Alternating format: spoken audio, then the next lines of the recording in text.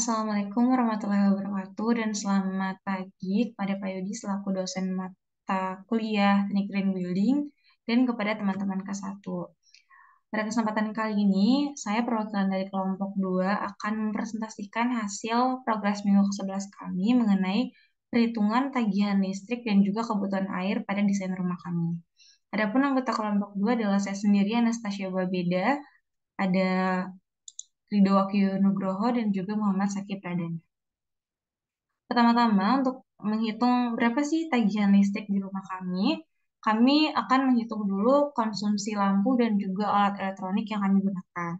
Di sini kami memisahkan antara perhitungan konsumsi lampu dan juga alat elektronik karena setelah kami menghitung, ternyata perhitungan konsumsi lampu ini tuh sedikit lebih panjang daripada alat elektronik, makanya harus kita pisahkan karena konsumsi lampu ini tuh terdiri dari beberapa ruangan. Pertama-tama, yaitu kita cantumkan dulu petanya untuk mempermudah perhitungan.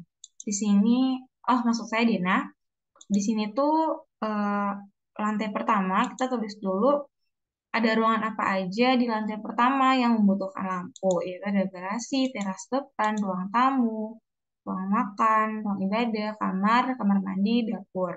Serta ada gazebo dan kolam ikan yang kami pisahkan dari ruangan-ruangan yang termasuk bagian utama atau bangunan utama dari rumah kami. Setelah itu, di sini kita tuliskan berapa jumlah lampu yang digunakan dalam ruangan tersebut. Setelah itu, kita tuliskan dimensi dari masing-masing ruangan dan juga luasannya berapa. Luasannya tinggal kita kali aja, panjang kali lebarnya. Kemudian di sini ada standar pencahayaan atau dalam satuan lux yang kita ambil dari SNI.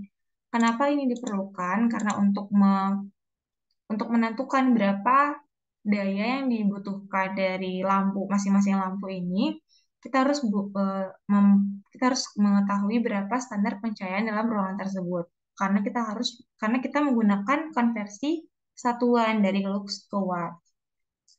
Nah, jadi untuk standar pencahayaan ini kita bisa lihat di SNI, nanti ada tabel seperti ini ya yang saya tunjukkan. Di sini ada teras itu 60 lux, ruang tamu 120 sampai 150 dan seterusnya sampai di dapur 250 lux.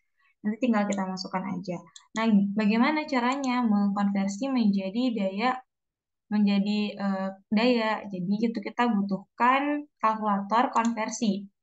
Jadi nanti teman-teman tinggal cari aja kalkulator konversi lux ke watt. Terus cara masukinnya itu tinggal kayak gini. Ini ada 60 lux, kita tulis saja 60, kita sumber dayanya LED. Terus luas permukaannya tadi berapa untuk garasi ada 36 meter persegi. Ini kan satuannya bukan meter persegi ya. Kita ganti dulu ke meter persegi. Terus nanti kita hitung berapa dayanya. Oh, dayanya dalam watt adalah 24 watt. Berarti benar ya dayanya 24. Setelah itu kita lihat tuh ada lampu LED pasarannya tuh wattnya ada apa aja. Jadi nanti teman-teman tinggal cari pasaran lampu LED, terus nanti cocokkan sama daya yang kalian dapat. Nah, berdasarkan daya yang kelompok kami dapatkan, inilah bentuk dari watt LED di pasarannya. Kita mengacunya pada tabel ini. Agak buram ya, tapi ya seperti itulah. Nah, setelah itu kita hitung total dayanya. Kenapa sih mesti hitung total daya? Karena ada beberapa ruangan, kalau dalam kasus saya ini ada satu ruangan yaitu kamar utama yang memiliki lebih dari satu lampu. Makanya kita harus kalikan dengan antara daya satu lampunya dengan total lampu yang dia gunakan. Makanya perlu adanya perhitungan total daya. Setelah itu, kita estimasi lama pemakaian dalam satu hari. Misalnya untuk lampu di garasi itu totalnya 11 jam per hari kita gunakan dari jam 6 sore sampai jam 5 pagi gitu. Jadi teman-teman itu sendiri deh, pokoknya ini adalah estimasi aja. Estimasi kira-kira berapa lama sih kita butuhkan lampu itu menyala. Habis itu nanti kita tinggal hitung pemakaian listriknya dalam watt. Terus nanti kita konversi ke kilowatt. Sama halnya dengan perhitungan gazebo dan kolam ikan. Nanti kita peroleh untuk pemakaian listrik di lantai 1 dalam satu hari itu ada sekitar 1734 watt atau 1,734 kilowatt. Sedangkan dalam satu bulan bisa mencapai 52,02 kilowatt. Itu khusus lampu. Nah, bagaimana dengan perhitungan konsumsi alat elektronik lainnya? Di lantai 1 itu ada beberapa alat elektronik yaitu kipas angin, AC 1 PK, AC 1,5 PK, ada LED TV, ada kulkas, dispenser, rice cooker, blender, dan juga pompa air. Nah, kita tuliskan berapa jumlah alat elektronik yang kita gunakan, terus spesifikasi mereknya itu apa aja, dan dayanya berapa. Setelah itu, kita bisa estimasi berapa lama pemakaian ini dalam satu hari, berapa jam. Setelah itu kita tulis estimasinya dan kita bisa menghitung berapa sih pemakaian listrik dari alat-alat elektronik ini. Nanti kita bisa temukan dalam kasus ini total pemakaian satu bulan alat elektronik, khusus alat elektronik kecuali lampu ya, itu sebesar 724,92 kW. Jadi itu merupakan perhitungan di lantai pertama. Sekarang kita ke lantai kedua. Sebenarnya nggak jauh berbeda dengan lantai pertama. Pada intinya di lantai kedua kita memperoleh perhitungan konsumsi lampu itu adalah selama satu bulan sekitar 19,08 kWh dan untuk konsumsi alat elektroniknya itu sekitar 652,32 kWh. Nah, ini merupakan kompilasi perhitungan tagihan listrik. Saya akan zoom. Nah, tadi itu, maaf ini typo, ini harusnya perhitungan. Perhitungan. Peralatannya itu ada kipas angin dan semuanya lah kita tuliskan kembali ke sini. Terus kita masukkan lagi dayanya berapa, total dayanya itu total daya tinggal dikali aja antara jumlah alatnya dengan dayanya. Habis itu kebutuhan berapa lama sih pemakaiannya dalam satu hari, berapa jam. Habis itu berapa dayanya dalam per hari. Nah, ini perlu teman-teman ketahui bahwa tidak semua alat elektronik itu kita gunakan setiap hari selama satu bulan. Jadi, harus diperhatikan bahwa ada beberapa alat elektronik yang kita gunakan itu cuma 4 kali atau 4 hari selama satu bulan, 4 kali gitu. Enggak 30 kali gitu. Jadi, misalkan saya setrika itu hanya digunakan seminggu 2 kali. Jadi, sebulan itu bisa hanya 8 kali pemakaian. Printer bisa cuma 7 hari, mesin cuci hanya 4 kali dengan asumsi mencuci sekali seminggu gitu. Jadi total hari nyala ini tuh nanti kita gunakan untuk menghitung total watt dalam bulan atau total daya per bulannya. Di situ nanti kita gabungkan juga dengan lampu. Lampu itu berapa watt per bulannya, sehingga berdasarkan kompilasinya kita bisa memperoleh bahwa total jumlah alat listrik ini adalah 20 dari alat elektronik dan 24 total lampu, sehingga ada 44 alat yang memerlukan listrik gitu. Dan total daya dalam wattnya itu sebesar 7.400 watt dan juga dalam per bulan, dalam per hari yaitu, sedangkan per bulannya adalah ada 1.346.448 watt atau sekitar 1.346,448 kilowatt. Nah, untuk menghitung berapa tagihan listrik kami harus diketahui dulu nih harga listrik per kWh itu berapa. Nah, untuk harganya itu saya cantumkan di sini.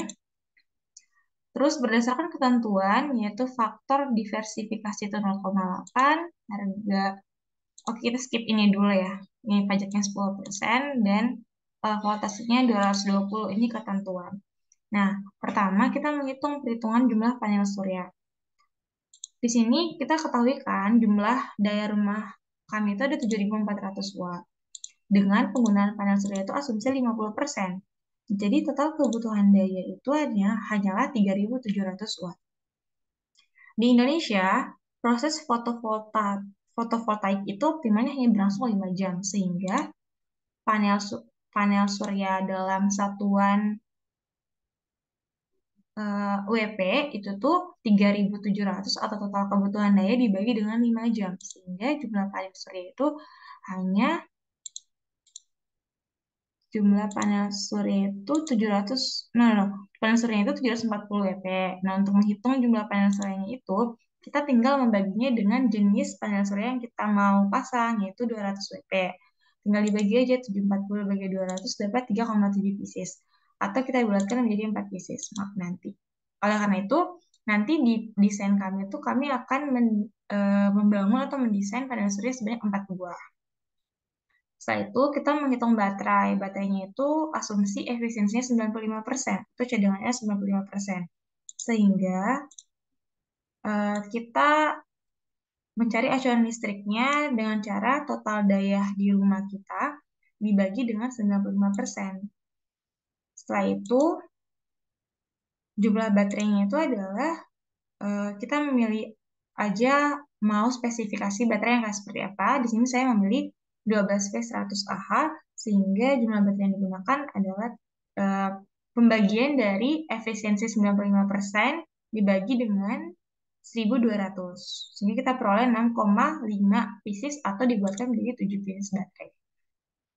Setelah itu kita hitung apa keuntungan kita menggunakan panel surya dan tidak menggunakan panel surya. Di sini terlihat bahwa perhitungan eh, tagihan menggunakan panel surya itu bisa menghemat 1.1.219.000 rupiah tagihan listrik setiap bulan. Jadi kalau misalkan kita menggunakan panel surya, total tagihan listrik kita tuh hanya 1.119.000 rupiah. Sedangkan kalau misalkan kita tidak menggunakan panel surya, itu tuh total tagihannya mencapai 2.002.000 rupiah. Jadi bisa menghemat 50% biaya pengeluaran tagihan listrik. Kemudian ini ada perhitungan kebutuhan air.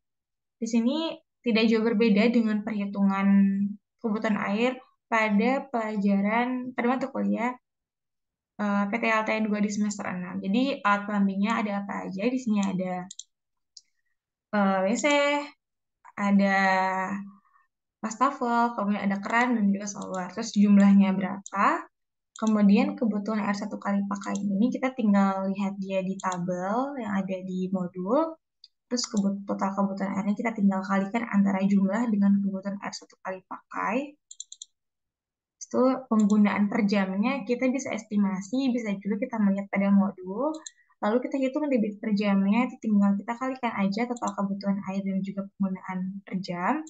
Kemudian faktor pemakaiannya itu kan ada tabelnya ya. Nah, tapi kalau misalkan tidak ada angka yang pas dengan yang kita cari, kita gunakan aja rumus ini sebagai rumus interpolasi. Terus nanti kita peroleh debit finalnya berapa. Nah, dari data tersebut kita bisa memperoleh berapa kebutuhan total air per jam dan juga kebutuhan air per hari. Nah, kalau dalam kasus rumah kami ini, kebutuhan total air per jam itu ada 1.306,5 liter per jam atau 1,3 meter kubik per jam. Dengan total pemakaian 10 jam, dari mana kita peroleh ini dari tabel yang ada di modul atau teman-teman bisa asumsiin juga. Kemudian ini kita peroleh kebutuhan total air per hari itu sebesar 13,065 meter kubik per jam. Nah, kalau kita mau menghitung berapa sih kebutuhan jam puncaknya dan juga kebutuhan menit puncaknya bisa dicari menggunakan koefisien jam puncak C1 dan C2. Kalau di sini saya peroleh QH maksimumnya itu 26,13 meter kubik per jam, sedangkan QM maksimumnya itu 0,65 meter kubik per jam. Jadi ini merupakan kebutuhan jam maksimumnya, ini adalah kebutuhan menit maksimumnya. Demikian teman-teman progres minggu 11 dari kelompok 2. Kurang lebihnya mohon dimaafkan. Sampai jumpa di pertemuan di progres selanjutnya. Terima kasih.